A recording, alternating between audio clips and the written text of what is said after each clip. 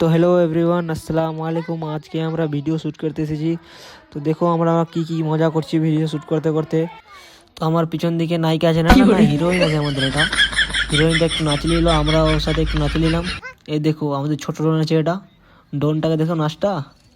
এই দেখো নায়িকা, ওয়াহ কি স্মাইল আছে। ওয়ারে হিরো স্মাইলটা একটু না না চিকার মতন না, ভালোই আছে। তারপর দেখো না আজ নায়িকা নাচছে, ওয়াহ ওয়ারে নায়িকা।